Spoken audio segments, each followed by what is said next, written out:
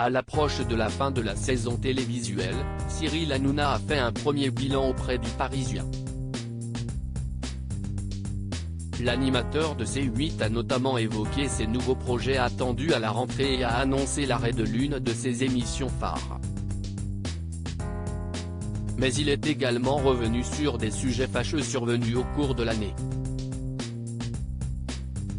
En effet, Cyril Hanouna a accepté de s'expliquer sur la polémique qui a éclaté après certains propos de son chroniqueur Raymond, lesquels ont été qualifiés d'homophobes et ont été signalés à l'Arcom, ex-CSA, de la délégation interministérielle à la lutte contre le racisme, l'antisémitisme et la haine anti-LGBT.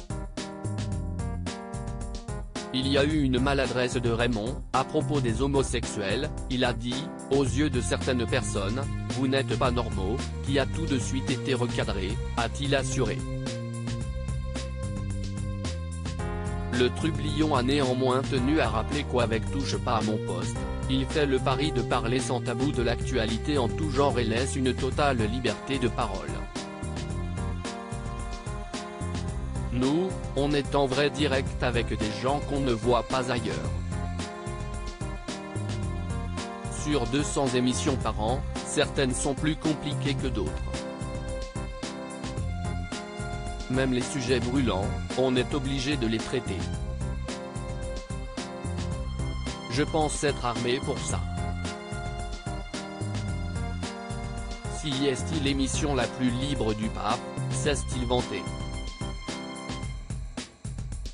Libre oui, mais avec certaines limites malgré tout.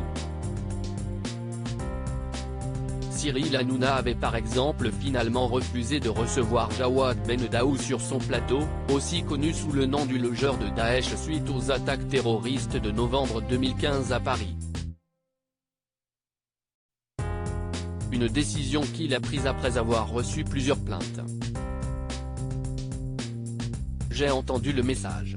Si est pour ça que j'ai annulé Jawad. En l'invitant, je voulais montrer aux jeunes que c'était le mauvais exemple.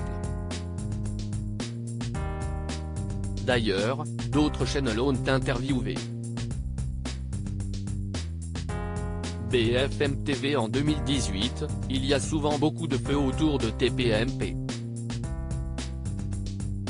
Et une fois à l'antenne, ça s'éteint tout seul, a-t-il défendu son talk-show.